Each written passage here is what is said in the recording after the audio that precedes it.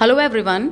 इस वीडियो में हम भारत के केंद्र शासित प्रदेशों के बारे में जानेंगे, यानी हमारी जो यूनियन टेरिटरीज़ हैं इंडिया की, उनके बारे में जानेंगे। देखिए, हम सभी जानते हैं, we all know that India is a union of states.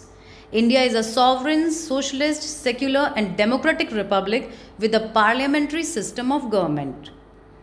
A union territory is a type of administrative division in India which is ruled directly by the union government, and that is why it is called the union territory. Union territories of India have special rights and status due to their process of formation and development. The status of union territory is assigned to an Indian subdivision to safeguard the rights of indigenous cultures, averting political turmoil related to matters of governance, or a newly inducted territory in India from a foreign colony, and so on. The union territories have no representation in Rajya Sabha except Delhi and Puducherry. Clear? The president is the constitutional head of executive of the union. Union territories are administered by the president through an administrator. Sometimes this administrator is called lieutenant governor. The lieutenant governor is appointed by the president on the recommendations of the prime minister. The administrator of each union territory has a functional responsibility independent of his peer administrators in other union territories. The union territories are further subdivided into small administrative blocks for effective governance. Villages forms the smallest area of administration. Each village has a representative administrative gram panchayat. A gram panchayat may have administrative control of a number of villages. देखिए, जब हम बात करते हैं भारत के केंद्र शासित प्रदेशों की, तो हम ये जान लें कि भारत क्या है? राज्यों का एक संघ है। भारत एक संप्रभुत्व संपन्न समाजवादी पंथ निरपेक्ष लोकतंत्रात्मक गणराज्य है। और जब हम बात करते हैं केंद्र शासित प्रदेशों की, तो देखिए, केंद्र शासित प्रदेशों को हम संघ राज्य क्षेत्र या संघ क्षेत्र भी कहते हैं। तो ये जो केंद्र शासित प्रदेश, या हम कह लें संघ राज्य क्षेत्र या संघ क्षेत्र, भारत के संघीय प्रशासनिक ढांचे की एक उप राष्ट्रीय प्रशासनिक इकाई हैं। भारत के राज्यों में अपनी चुनी हुई सरकारें होती हैं, आप सभी जानते हैं। लेकिन जो केंद्र शासित प्रदेश होते हैं, तो केंद्र शासित प्रदेशों में सीधे सीधे केंद्र सरकार का शासन होता है, और केंद्र सरकार का शासन होने के कारण ही इन्हें केंद्र शासित प्रदेश कहा गया है। भारत का जो राष्ट्रपति है, हमारे भारत के जो राष्ट्रपति हैं, वो हर केंद्र शासित प्रदेश का एक सरकारी प्रशासक या उपराज्यपाल नामित करते हैं। और ये जो उपराज्यपाल या प्रशासक जो हैं, वो इस केंद्र शासित प्रदेश में अपनी सारी जो प्रशासनिक व्यवस्थाएं हैं, कार्यकारी व्यवस्थाएं हैं, उनको संभालते हैं। अब हमारे जो केंद्र शासित प्रदेश हैं, वो वर्तमान समय में 8 केंद्र शासित प्रदेश हैं। कौन कौन से हैं? अंडमान और निकोबार द्वीप समूह, दादरा नागर हवेली और दमन व दीव, चंडीगढ़, लक्षद्वीप, पुडुचेरी, दिल्ली, लद्दाख व जम्मू कश्मीर। ये 8 केंद्र शासित प्रदेश हैं हमारे भारत में, जिन पे सीधा सीधा जो प्रशासनिक व्यवस्था है, प्रशासनिक कंट्रोल जो है, वो केंद्र सरकार का है। और जो प्रेसिडेंट हैं हमारे, वो इन केंद्र शासित प्रदेशों में या तो प्रशासक नियुक्त करेंगे या उपराज्यपाल नियुक्त करते हैं। और ये जो प्रशासक और उपराज्यपाल जो हैं, ये प्रेसिडेंट किसके रिकमेंडेशन पर नियुक्त करते हैं? प्रधानमंत्री की सलाह के अनुसार वो नियुक्त करते हैं। अब इनमें एक अंतर है। देखिए, अंडमान निकोबार, दिल्ली, पुडुचेरी के प्रशासकों को उपराज्यपाल कहा जाता है, जबकि चंडीगढ़, दादरा नगर हवेली के जो प्रशासक हैं, वो प्रशासक कहलाते हैं। ये अंतर है, आप इसको कंफ्यूज नहीं होना आपको। अंडमान निकोबार, दिल्ली, पुडुचेरी के जो प्रशासक नियुक्त किए जाते हैं प्रेसिडेंट द्वारा वो उपराज्यपाल या लेफ्टिनेंट गवर्नर कहलाते हैं, जबकि चंडीगढ़, दादरा नगर हवेली, दमन दीव, ये वाले जो एरियाज़ हैं इनके छोड़कर, यानी अंडमान निकोबार, दिल्ली, पुडुचेरी को छोड़कर बाकी जो सभी प्रेसिडेंट नियुक्त करता है इन केंद्र शासित प्रदेशों में, वो प्रशासक नियुक्त करता है और वो प्रशासक के रूप में जाने जाते हैं। अब दूसरी जो एक स्पेशलिटी है, फीचर है इस केंद्र शासित प्रदेश का, वो ये है कि दिल्ली, पुडुचेरी और कश्मीर में अपनी विधानसभा है। मतलब इन तीनों एरियाज़ में अपनी खुद की विधानसभा है, जबकि बाकी जो केंद्र शासित प्रदेश हैं उनमें अपनी विधानसभा नहीं है। तो ये आपको क्लियर हो गया होगा किन एरियाज़ में उपराज्यपाल नियुक्त होते हैं, किन केंद्र यूटीज़ के अंदर, अंडमान निकोबार, दिल्ली, पुडुचेरी। उसके अलावा जो प्रेसिडेंट नियुक्त करता है, प्रशासकों को नियुक्त करता है। और दिल्ली, पुडुचेरी और कश्मीर जो हैं उनकी अपनी एक विधानसभा है, उनकी और मंत्रिपरिषद भी है। अब सबसे पहले हम लेते हैं इस क्रम में अंडमान निकोबार को। देखिए, अंडमान निकोबार जो द्वीप समूह है वो हमारे बंगाल की खाड़ी में है, भारत के पूर्व में स्थित है, ईस्ट में स्थित है। अंडमान निकोबार जो यूनियन टेरिटरी है, केंद्र शासित प्रदेश है, उसकी कैपिटल जो है, राजधानी पोर्ट ब्लेयर है। इसका कुल क्षेत्रफल 8,249 किलोमीटर है, वर्ग किलोमीटर है, 8,249 स्क्वायर किलोमीटर है। और अंडमान निकोबार में जो बोली जाने वाली भाषाएं हैं वो है हिंदी, निकोबारी, बंगाली, तमिल, मलयालम व तेलुगु। इस मैप में हम देख सकते हैं ये पूरा अंडमान निकोबार का क्षेत्र है।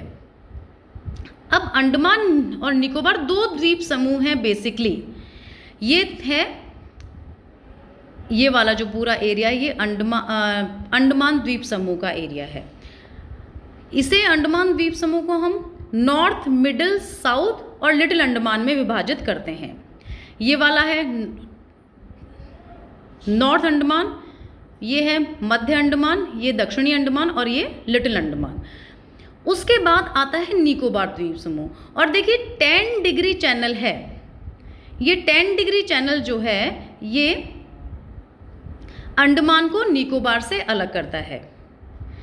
इस कॉलम में हम ये निकोबार द्वीप समूह को देख सकते हैं 10 डिग्री चैनल के दक्षिण में। तो ये क्लियर हो गया। अब हम अगर इसकी जो लोकेशन वाइज देखें तो अंडमान निकोबार 6 डिग्री से 14 डिग्री उत्तरी अक्षांशों और 92 डिग्री से 94 डिग्री पूर्वी देशांतरों के मध्य स्थित है। ये क्लियर कर लीजिएगा। Andaman Nicobar 6 degree to 14 degree north latitude से 92 degree to 94 degree east longitude के मध्य स्थित है। अब ये जो आइलैंड्स हैं उत्तर में स्थित हैं अंडमान वाले, और 10 डिग्री चैनल द्वारा ये निकोबार से अलग होते हैं, जो हम बात कर चुके हैं पहले भी।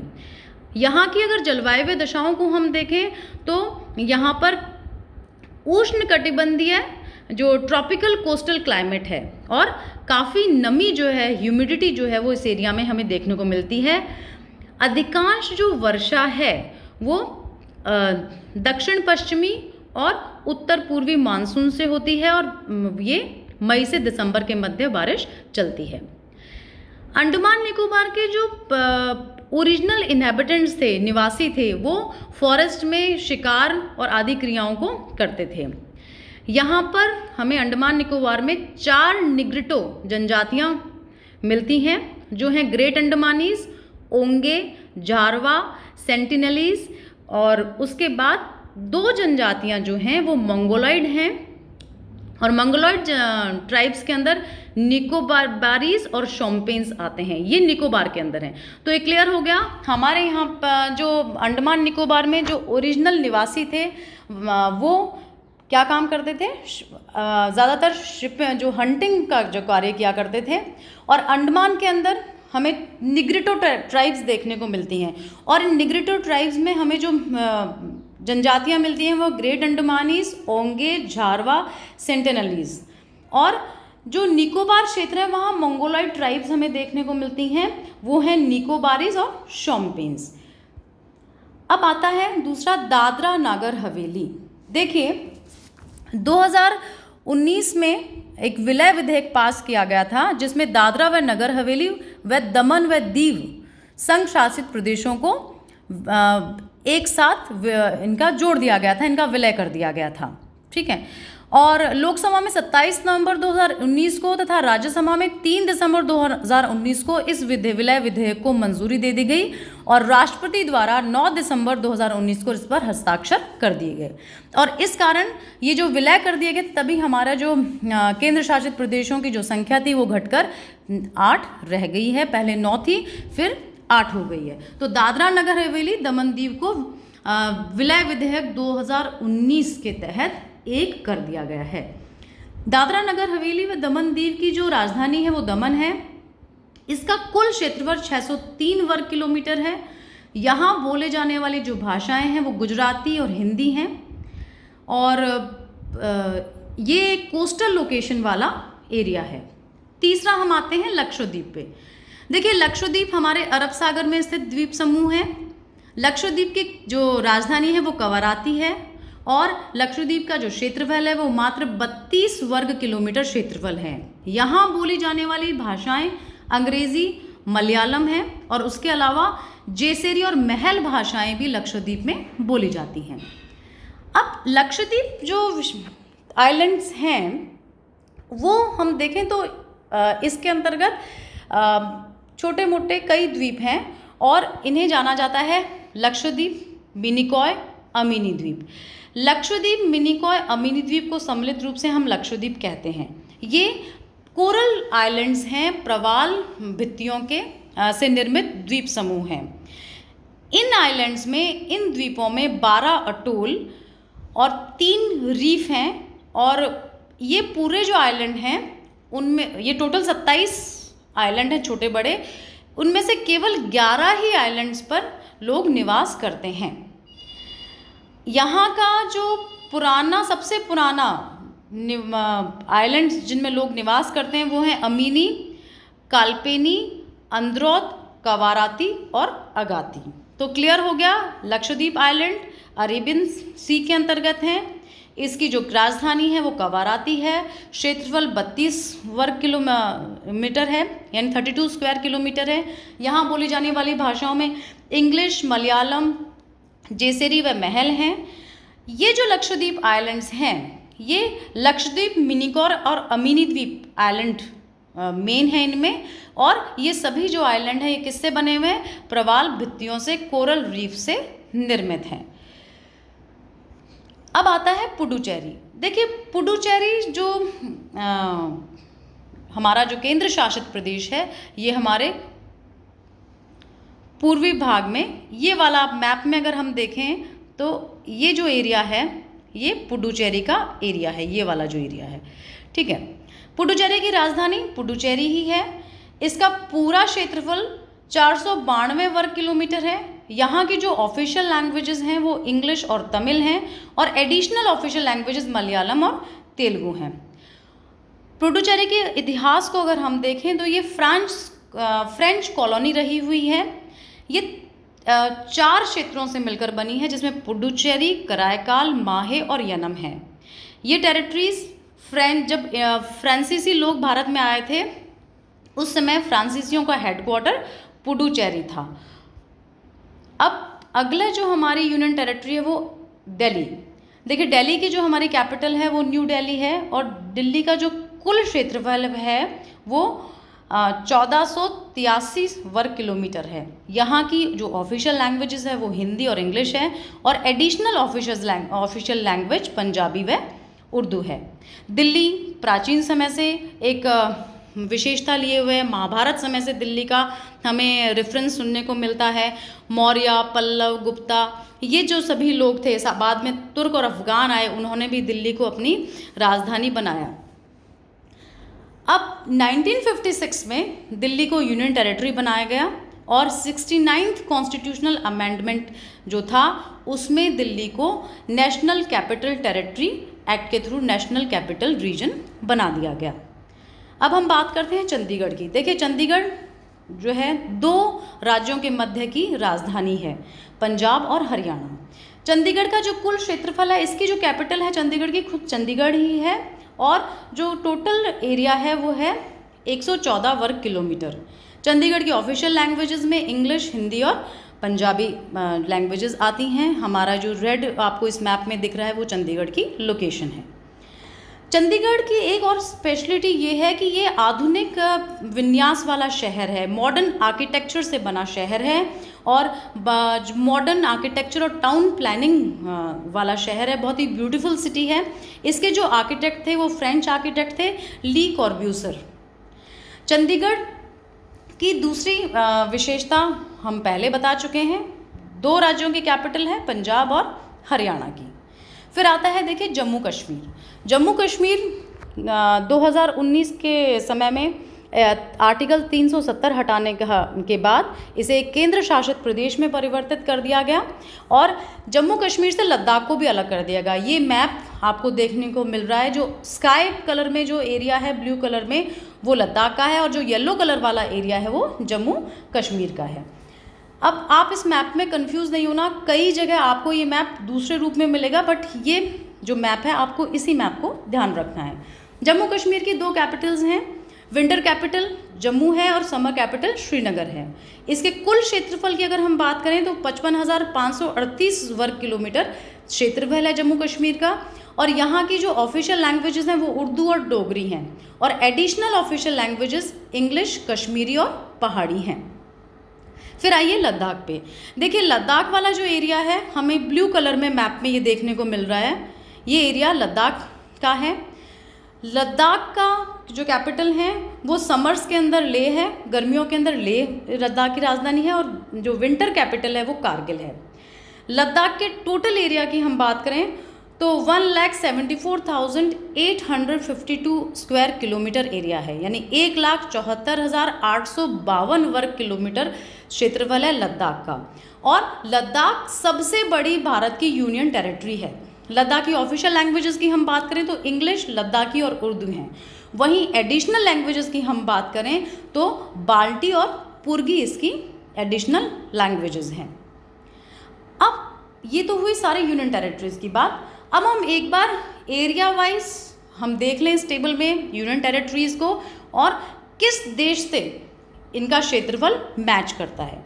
देखिए सबसे बड़ी यूनियन टेरिटरी लद्दाख है जिसका एरिया कितना है 1,74,852 वर्ग किलोमीटर। और अगर पूरे देश की बात करें तो भारत के कुल क्षेत्रफल का ये 1.8% क्षेत्र है। क्षेत्रफल की दृष्टि से लद्दाख कंबोडिया देश से मिलता है। दूसरी सबसे बड़ी यूनियन टेरिटरी जो हमारी इंडिया की है वो है जम्मू कश्मीर। जम्मू कश्मीर का जो कुल क्षेत्रफल है वो 55,538 वर्ग किलोमीटर है। अगर भारत के कुल क्षेत्रफल की दृष्टि से हम देखें तो ये 1.7% क्षेत्र है और जम्मू कश्मीर का कंपैरिजन करें, तुलना करें तो वो क्रोएशिया देश से इसका क्षेत्रफल मिलता है। उसके बाद आता है तीसरी सबसे बड़ी जो यूनियन टेरिटरी है हमारी अंडमान व निकोबार द्वीप समूह। अंडमान निकोबार का जो टोटल एरिया है वो 8,249 स्क्वायर किलोमीटर है जो भारत का 0.25% क्षेत्रफल है और अंडमान निकोबार क्षेत्रफल की दृष्टि से पोर्टो रिको से मिलता है। चौथी जो यूनियन टेरिटरी है वो है दिल्ली। दिल्ली का जो टोटल एरिया है वो 1,483 वर्ग किलोमीटर है, 1,483 स्क्वायर किलोमीटर है जो भारत के कुल क्षेत्रफल का 0.04% है। और दिल्ली का जो क्षेत्रफल है वो 4 द्वीपों से मिलता है। पांचवा जो टेरिटरी है वो है दादरा नगर हवेली व दमन और दीव। देखिए दादरा नगर हवेली व दमन दीव का कुल क्षेत्रफल 603 वर्ग किलोमीटर है, 603 स्क्वायर किलोमीटर है जो भारत के कुल क्षेत्रफल का मात्र 0.01% है। और दमन और दीव जो हैं वो सेंट ल्यूसिया से क्षेत्रफल की दृष्टि से मिलते हैं। फिर आता है पुडुचेरी। पुडुचेरी का जो टोटल एरिया है वो 492 वर्ग किलोमीटर है, 492 स्क्वायर किलोमीटर है। और भारत का अगर एरिया की बात करें हम कुल क्षेत्रफल की दृष्टि से तो ये भी मात्र 0.01% ही है। और पुडुचेरी क्षेत्रफल की दृष्टि से अंडोरा से मिलता है। उसके बाद सातवां जो हमारा केंद्र शासित प्रदेश है वो है चंडीगढ़। चंडीगढ़ का कुल क्षेत्रफल 114 वर्ग किलोमीटर है, जो भारत के कुल क्षेत्रफल का मात्र 0.003% है और चंडीगढ़ क्षेत्रफल की दृष्टि से वेलिस एंड फुटूना से मिलता है। उसके बाद है लक्षद्वीप। लक्षद्वीप का एरिया मात्र 32 किलोमीटर है, जो अगर भारत के कुल क्षेत्रफल की दृष्टि से हम देखें तो 0.001%, बहुत ही कम शेयर है इसका, और लक्षद्वीप क्षेत्रफल की दृष्टि से मकाऊ से मिलता हुआ है। तो ये थी बात यूनियन टेरिटरीज़ की, आप इसको ध्यान से याद कीजिएगा।